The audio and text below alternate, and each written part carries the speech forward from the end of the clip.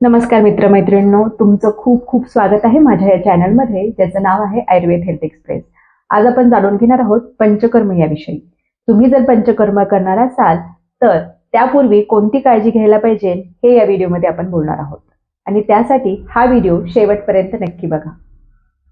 आयुर्वेदानुसार पंचकर्म ही एक विशेष चिकित्सा आहे. आयुर्वेदाने मानवी शरीराचा सूक्ष्मातिसूक्ष्म असा अभ्यास केला आहे.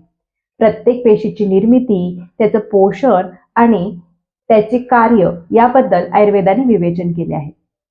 त्याचप्रमाणे आपण घेतलेल्या आहारसाचे पचन, त्याचं शोषण आणि त्याचा प्रत्येक पेशींवरती होणारा परिणाम याबद्दल आयुर्वेदाने विस्तृत अशी माहिती दिली आहे. आपल्या शरीरामध्ये दोन प्रकारचे पचन होतात. एक आहे स्थूल पचन, ज्यामध्ये आपण घेतलेला आहार हा आपल्या पोटामध्ये म्हणजेच ॲब्डोमेनमध्ये पचला जातो आणि त्यानंतर त्यापासून आहाररसाची निर्मिती होते. हा आहाररस आपल्या रक्तावाटे संपूर्ण शरीरात फिरला जातो आणि तो प्रत्येक पेशींपर्यंत पोहोचवला जातो. प्रत्येक पेशीमध्ये या आलेल्या अन्नाचं पचन होऊन त्यापासून काम करण्यासाठी ऊर्जेची निर्मिती होते. ज्याप्रमाणे स्थूल पचनामध्ये मलाची निर्मिती होते, त्याचप्रमाणे प्रत्येक पेशीमध्ये होणाऱ्या पचनामध्ये सूक्ष्म अशा मलांची निर्मिती होते. यालाच टॉक्सिसिटी किंवा टॉक्सिक मल असं आपण म्हणू शकतो. हा मल रक्तावाटे पुन्हा शरीराच्या बाहेर मूत्र या स्वरूपात टाकला जातो. परंतु काही वेळेस ही यंत्रणा बिघडते आणि त्यामुळे हा निर्माण झालेला मल किंवा ही टॉक्सिसिटी शरीरामध्ये अशीच पडून राहते आणि यालाच आपण शरीरात टॉक्सिक गोष्टी असं म्हणतो किंवा मल असं म्हणतो. या मलामुळे शरीरातील पेशींची रोगप्रतिकारशक्ती कमी होते आणि त्यामुळे या पेशी लवकरात लवकर रोगयुक्त होऊ शकतात किंवा त्यांना व्याधी होऊ शकतात. त्याचप्रमाणे आयुर्वेदानुसार 3 दोष हे शरीराचं काम करत असतात.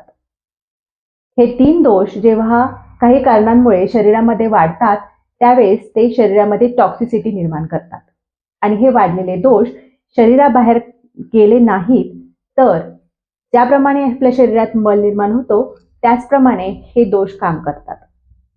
त्यामुळे ह्या वाढलेल्या दोषांना आणि शरीरात निर्माण झालेल्या टॉक्सिसिटीला शरीराबाहेर काढणे हे अत्यंत गरजेचं आहे. आता या शरीरात निर्माण होणाऱ्या टॉक्सिसिटीने जेव्हा शरीरामध्ये वेगवेगळे रोग निर्माण होतात त्यावेळेस या रोगांना कमी करण्यासाठी आयुर्वेदाने 2 प्रकारच्या चिकित्सा सांगितल्या आहेत. पहिली आहे शमन चिकित्सा आणि दुसरी आहे शोधन चिकित्सा. शमन चिकित्सा म्हणजे औषधींचा मारा करून निर्माण झालेल्या टॉक्सिसिटीला किंवा वाढलेल्या दोषांना आहेच तिथे थोपून ठेवणे किंवा त्यांना आहेच तिथे पचन करणे, याला म्हणतात शमन चिकित्सा. तर दुसरी चिकित्सा आहे शोधन चिकित्सा. ज्यावेळेस शमन चिकित्सा उपयोग करूनही ही टॉक्सिसिटी किंवा मल हे शरीराच्या बाहेर जात नाही किंवा त्यांचं पचन होत नाही, अशा वेळेस या वाढलेल्या दोषांना किंवा या टॉक्सिसिटीला शरीराच्या बाहेर काढून टाकणे हा उत्तम उपाय आयुर्वेदाने सांगितला आहे आणि यालाच शोधन चिकित्सा असं म्हणतात. ही शोधन चिकित्सा 5 प्रकारची असते. या प्रमुख 5 कर्मांना पंचकर्म असं म्हणतात. आता पंचकर्म कोणती आहेत हे आपण बघूयात. वमन, विरेचन, बस्ती, नस्य आणि रक्तमोक्षण ही 5 प्रमुख कर्म यांना आपण पंचकर्म असं म्हणतो.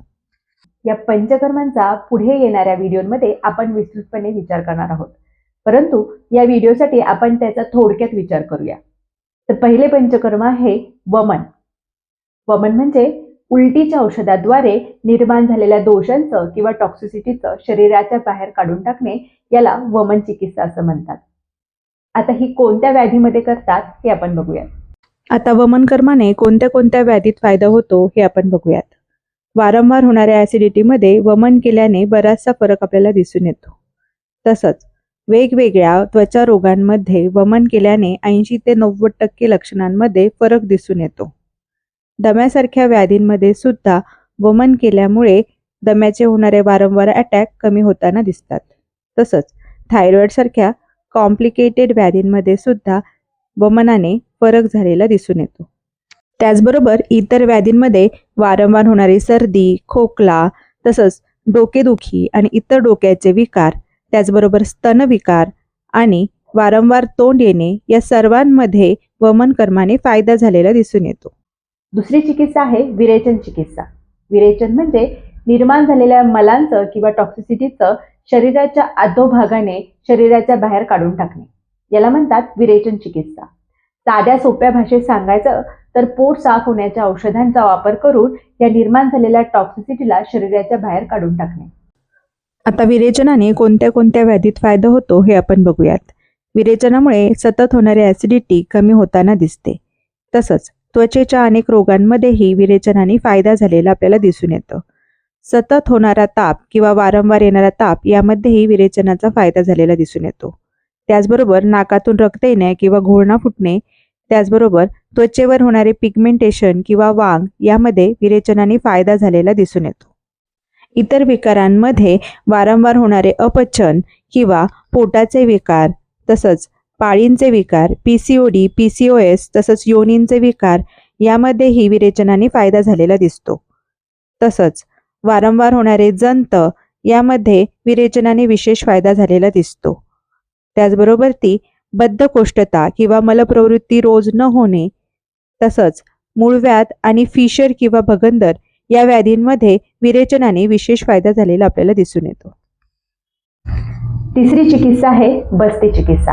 आयुर्वेदानुसार ही चिकित्सा अतिशय महत्त्वाची आहे, कारण ही चिकित्सा अनेक व्याधींमध्ये करता येते. विशेषतः वात व्याधीमध्ये ही चिकित्सा केल्याने विशेष फायदा दिसून येतो. तसंच बाल, वृद्ध, स्त्रिया, गर्भिणी या सर्वांमध्ये ही चिकित्सा करता येते. शरीराला जास्त कष्ट न देता शरीरात निर्माण झालेले दोष आणि टॉक्सिसिटी शरीराबाहेर काढून टाकण्याचं काम बस्ती या चिकित्सेने होतं. याचा योग्य असा वापर केला तर वृद्ध काळामध्ये होणारे वाताचे विकार, संधी विकार यांना आपण टाळू शकतो. आता बस्तीकर्माने कोणत्या कोणत्या व्याधीत फायदा होतो हे आपण बघूयात. सतत होणारी कंबरदुखी, त्याचबरोबर ती पाठदुखी आणि मणक्यांचे विकार, सायटिकासारखे व्याधी, सतत आणि वारंवार होणारी गुडघेदुखी, त्याचबरोबर ती पिंडिका शूल किंवा पिंढऱ्यांचे दुखणे यामध्ये बस्तीकर्माने विशेषतः फायदा झालेला आपल्याला दिसून येतो. बस्ती केल्याने स्तन्यनाश किंवा दूध कमी होणे यामध्ये फायदा झालेला आपल्याला दिसून येतो. त्याचप्रमाणे ऑस्टिओपोरोसिस सारख्या व्याधींमध्ये बस्ती केल्याने हाडांचे आरोग्य सुधारते आणि ऑस्टिओपोरोसिस कमी व्हायला मदत होते. तसंच वृद्धावस्थेमध्ये वृक्षता आणि वात हे दोन्ही वाढलेले असतात. अशा वेळेस बस्तीकर्म केल्याने शरीराला वंगण मिळते, सांध्यांना वंगण मिळते आणि हालचाल करायला सुकरता येते. त्यामुळे शरीराचा वात कमी होऊन सांधेदुखी कमी व्हायला मदत होते. बस्तीमुळे आतड्यांमध्ये खूप दिवस साठून राहिलेला मल बाहेर काढण्यासाठी मदत होते आणि त्यामुळे आतड्यांचं आरोग्य सुधारतं, आतड्यांचं अब्झॉर्प्शन वाढतं आणि त्यामुळे आपलंही आरोग्य वाढायला मदत होते. चौथं पंचकर्म आहे नस्य किंवा शिरोविरेचन. नाकावाटे दिलेल्या औषधांनी निर्माण झालेल्या टॉक्सिसिटीला शरीराच्या बाहेर काढून टाकणे याला नस्य असे म्हणतात. आता हे कोणत्या कोणत्या व्याधीमध्ये उपयुक्त आहे हे आपण बघूया. आता नस्य केल्याने कोणत्या कोणत्या व्याधींमध्ये फायदा होतो हे आपण बघूयात. कान, नाक आणि डोळे यांच्या सर्व व्याधींमध्ये नस्याने फायदा झालेला आपल्याला दिसतो. तसंच जुनाट सर्दी, खोकला यामध्येही नस्याने फायदा झालेला आपल्याला दिसतो. तसंच शिरोरोग आणि अर्धशिशीसारखे व्याधी यामध्ये नस्य केल्याने फायदा झालेला आपल्याला दिसतो. त्याचबरोबर ती कृमीजन्य, नेत्ररोग, नासारोग यामध्येही नस्याने फायदा झालेला दिसतो. पाचवा पंचकर्म आहे रक्तमोक्षण. रक्तमोक्षण म्हणजे शरीरात निर्माण झालेल्या अशुद्ध रक्ताला काही प्रमाणात शरीराच्या बाहेर काढून टाकणे. यामुळे अशुद्ध रक्तामुळे निर्माण होणाऱ्या अनेक रोगांमध्ये फायदा होतो. काही प्रमाणामध्ये निर्माण झालेले दोष हे रक्तामध्ये साठून राहतात आणि अशा वेळेस हे अशुद्ध रक्त शरीराबाहेर काढून टाकल्याने वेगवेगळ्या व्याधींमध्ये त्वरित उपशय मिळतो. आता कोणत्या कोणत्या व्याधींमध्ये रक्तमोक्षण केल्याने फायदा होतो हे आपण बघूयात. वारंवार आणि तीव्र संधिशूलामध्ये रक्तमोक्षण केल्याने फायदा झालेला आपल्याला दिसून येतं. तसंच वारंवार होणाऱ्या त्वचा रोगांमध्ये रक्तमोक्षण केल्याने फायदा होतो. त्याचबरोबर ती अशुद्ध रक्ताने निर्माण होणाऱ्या सर्व व्याधींमध्ये रक्तमोक्षण केल्याने उपशम झालेला आपल्याला दिसतो. आता रक्तमोक्षणामुळे अनेक व्याधींमध्ये फायदा होतो, परंतु यानंतर चांगले रक्त निर्माण होणे यासाठी विशेष रक्तशोधक औषधं आणि आहार यांची उपाययोजना यामध्ये करावी लागते. पंचकर्म करण्याचा सगळ्यात महत्त्वाचा फायदा म्हणजे चिकित्सेला गती मिळते. शरीरामध्ये निर्माण झालेली टॉक्सिसिटी किंवा दोषांना शरीराच्या बाहेर काढून टाकल्यामुळे त्यानंतर राहिलेल्या दोषांना पचन करून त्याच्यावर योग्य ती चिकित्सा करता येते. त्यामुळे लवकरात लवकर रुग्णांना उपशम मिळतो. पंचकर्म करताना कोणत्या गोष्टींचा विचार केला पाहिजे हे आता आपण बघूया. पंचकर्म चिकित्सा ही नेहमी पंचकर्म चिकित्सक किंवा पंचकर्म वैद्यांकडूनच करून घ्यावी. पंचकर्म ही एक महत्त्वाची चिकित्सा आहे. यामध्ये रुग्णाची अवस्था, त्याच्यासाठी वापरण्यात येणारी औषधं, त्याची तीव्रता, इंटेन्सिटी किंवा कुठल्या प्रमाणामध्ये औषध द्यावी या सगळ्यांचा विचार हा वैद्याला रुग्णाची तपासणी केल्यावरच ठरवता येतो. या व्यतिरिक्त केलेली औषधं ही रुग्णांना अपायकारक ठरू शकतात. पंचकर्म करताना अनेकदा कॉम्प्लिकेशन येऊ शकतात. अशा वेळेस त्यामधून बाहेर कसं पडायचं यासाठी हे वैद्य किंवा पंचकर्म तज्ज्ञ यासाठी ट्रेन असतात. त्यामुळे असे काही कॉम्प्लिकेशन आले तर त्यावेळेस पंचकर्म वैद्य त्याला हाताळू शकतात. त्यानंतर काही केसेस या कॉम्प्लिकेटेड असतात. त्याच्यामध्ये नव्याने औषध योजना करावी लागते. प्रत्येक व्यक्तीला सरसकट एकच औषध देणं हा आयुर्वेदाचा नियम नाही. त्यामुळे अशा व्यक्तींना वेगळी अशी औषध चिकित्सा किंवा औषध यंत्रणा करावी लागते. त्यामुळे प्रत्येक व्यक्तिगणिक औषधांची इंटेन्सिटी, त्याची तीव्रता या सगळ्या बदलतात.